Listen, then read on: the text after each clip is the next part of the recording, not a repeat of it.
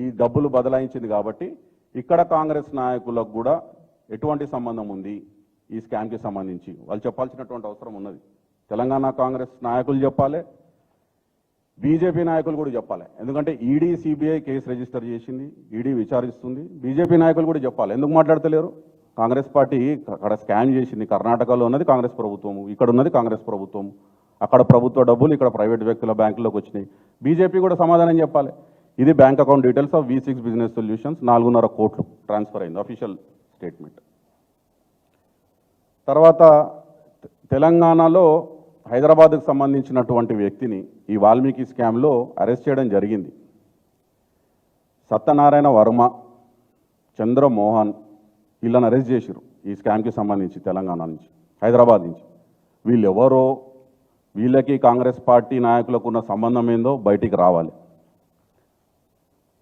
ఈయన సత్యనారాయణ వర్మ ఏదైతే ప్రభుత్వ ఖజానా నుంచి వచ్చిన డబ్బులు బ్యాంక్ అకౌంట్లోకి వచ్చినాయో విచ్చలవిడిగా అవి విత్డ్రా చేసి 3.5 కోట్లు దాదాపు ఖరీదు చేసే స్పోర్ట్స్ కార్లు కొనుక్కున్నారు కర్ణాటకలో గిరిజన సంక్షేమ నిధి నుంచి. అదే చెప్తున్నాం, ఇంత దిగజారుడు జుగుప్సాకరమైనటువంటి స్కాములు కాంగ్రెస్కి తప్ప ఎవరు అసలు ఆలోచించలేరు ఈ లెవెల్లో. సో ఈయనెవరు? ఈయనకి ఇక్కడ కాంగ్రెస్ పార్టీ నాయకులకు సంబంధం ఏంది?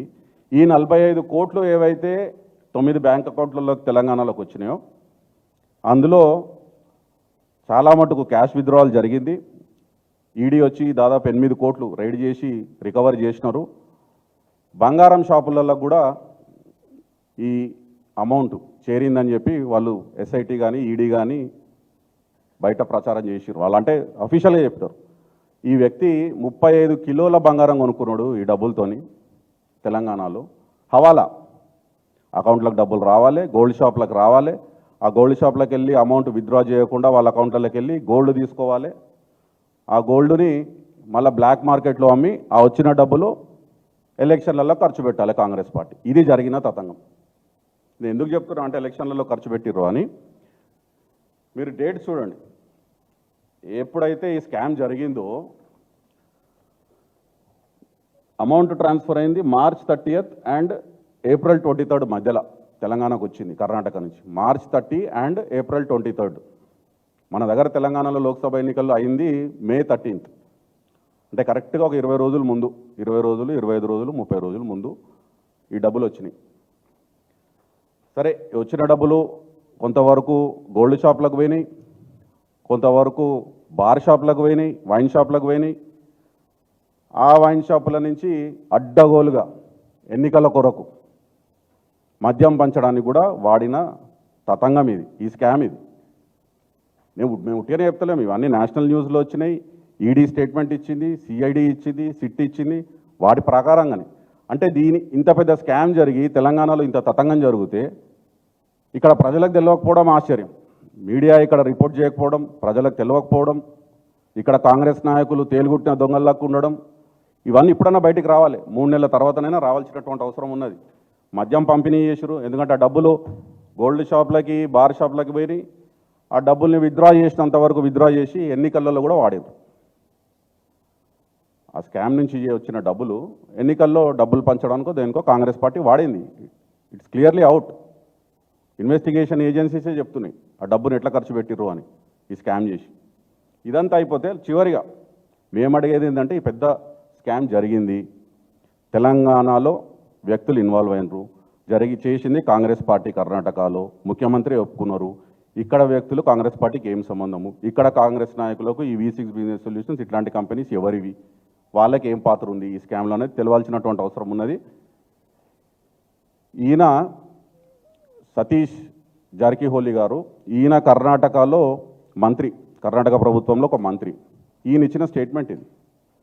ఈయన పాపులర్ లీడర్, వాల్మీకి సామాజిక వర్గానికి చెందిన పాపులర్ లీడర్ సతీష్ జారకిహోలీ గారు. ఈ స్కామ్ జరిగింది కూడా వాల్మీకి సంక్షేమ నిధి నుంచే, అంటే గిరిజనుల సంక్షేమ నిధికి. సో ఆయన ఏం స్టేట్మెంట్ ఇచ్చినారు? ఈ స్కామ్ బయటకు వచ్చింది, ముఖ్యమంత్రి గారు ఒప్పుకున్నారు. ఒకవేళ సిద్ధరామయ్య గారు కానీ తప్పిస్తే తెలంగాణలో కూడా తేడా కొడుతుంది, అక్కడ కూడా రేవంత్ రెడ్డి గారు ప్రభుత్వానికి తేడా అవుతుంది పెద్ద ఎత్తున అని చెప్పి ఓపెన్ స్టేట్మెంట్ ఇచ్చినారు. అంటే ఏంది ఈ సంబంధము, ఈ లింక్ ఏంది? ఈయన మంత్రి ప్రభుత్వంలో ఇంత ఓపెన్గా స్టేట్మెంట్ చేయడం ఏంది, బెదిరియడం ఏంది? ఏం లింక్ లేకుండానే, ఏం ఇచ్చిపుచ్చుకుని లేకుండానే ఈ రెండు ప్రభుత్వాల మధ్యలో కాంగ్రెస్ పార్టీ ప్రభుత్వాలు కాంగ్రెస్ పార్టీ నాయకుల మధ్యలో ఏం లేనిదే ఇట్లాంటి స్టేట్మెంట్ ఇవ్వడు. కాకపోతే దురదృష్టం ఏంటంటే సిట్టు సిఐడి చేసింది కాంగ్రెస్ పార్టీ నాయకులు, ప్రభుత్వంలో ఉన్న మంత్రి నాగేంద్ర, ఆయన పేరు ఛార్జ్షీట్లో పెట్టరు.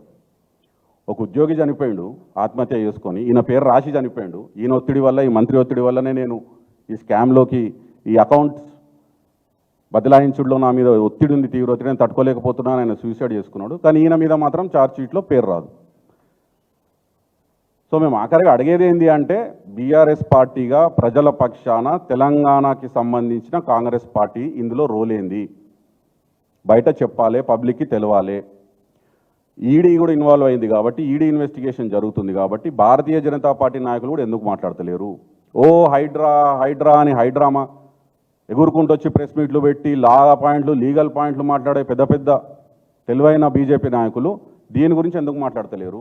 కాంగ్రెస్ పార్టీ చేసిన స్కామే కర్ణాటకలో, తెలంగాణలో అక్కడ తీగలాగితే ఇక్కడ దొంగ కలిలినట్టు ఇక్కడ కాంగ్రెస్ నాయకులు తేలుగుట్టిన దొంగలు లెక్కున్నారు, ఎవరు మాట్లాడతలేరు. మీడియాలో రాకుండా ఈ వార్త, ఈ స్కామ్ గురించి ఎవరు ఒత్తిడి చేస్తున్నారు? ఈడీ సిబిఐ ఇన్వాల్వ్ అయినాక కూడా భారతీయ జనతా పార్టీ ఎందుకు ప్రశ్నిస్తలేదు కాంగ్రెస్ పార్టీని? ఇట్లాంటి అన్ని ప్రశ్నలకి సమాధానాలు చెప్పాల్సినటువంటి అవసరం ఉన్నది. రేవంత్ రెడ్డి గారి ప్రభుత్వం జవాబుదారీతనంతో క్లియర్గా వచ్చి బయటికి ఈ స్కామ్ గురించి వివరణ ఇవ్వాలని కోరుతున్నాం. Thank you.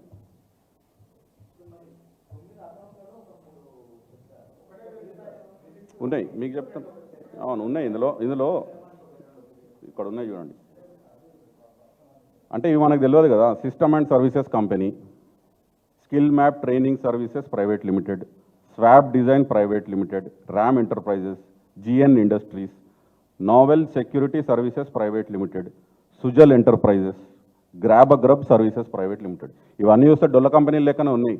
ఇవేం జెన్యూన్గా కార్యకలాపాలు చేసి తెలంగాణలో ఏదో ఉద్యోగాల కల్పన క్రియేట్ చేసి ఏదో బిజినెస్ చేస్తున్నట్టు అనిపిస్తలేవు. ఇవన్నీ డొల్ల కంపెనీలు, షెల్ కంపెనీలు, కేవలం మనీ లాండరింగ్ కోసం పెట్టినటువంటి కంపెనీలు. ఆ బ్యాంక్ అకౌంట్లోనే తెలుస్తుంది. కాకపోతే బయటకు వచ్చింది కాబట్టి, ఇప్పుడు ఈడీ ఇన్వాల్వ్ అయింది కాబట్టి చెప్పాలి. ఈడీ ఫైనల్గా రిపోర్ట్ చేసినప్పుడు, ఛార్జ్షీట్ చేసినప్పుడు ఈ కంపెనీలు ఏంటివి, ఓనర్లు ఎవరు, ఈ కథ ఏంది, దీని వెనకాల ఉన్నది ఎవరు, ఇవన్నీ బయటకు వస్తాయి. మేము రావాలని కోరుకుంటున్నాం, తొందరగా రావాలి. ఇప్పటికైనా ప్రజల్లో దీని గురించి చర్చ జరగాలి. ఈ అటెన్షన్ డైవర్షను, హైడ్రామాలు లీగల్గా జరిగేది అది జరుగుతుంది. కానీ ఇట్లాంటి న్యూస్, బ్రేకింగ్ న్యూస్ కర్ణాటకలో ప్రకంపనలు సృష్టించింది. ఆఖరికి ముఖ్యమంత్రి అసెంబ్లీలో ఒప్పుకోవాల్సి వచ్చింది. అవును, నేను ఒప్పుకుంటున్నాను 90 కోట్ల దుర్వినియోగం జరిగింది, స్కామ్ జరిగిందని. మరి ఇక్కడ తెలంగాణలోకి వచ్చి ఈడీ వచ్చి రైడ్లు చేసిపోతుంది, ఇక్కడికి వచ్చి అరెస్టులు చేస్తుంది. కానీ తెలంగాణలో మాత్రం దీని గురించి చర్చ లేదు. మేము కోరుకునేది అదే, ప్రజలకు తెలవాలి ఏం జరిగింది, ఎవరెవరు ఇన్వాల్వ్ అయి ఉన్నారు, కాంగ్రెస్ పార్టీ ఇందులో ఏం పాత్ర అనేది తెలవాలి పబ్లిక్. Thank you.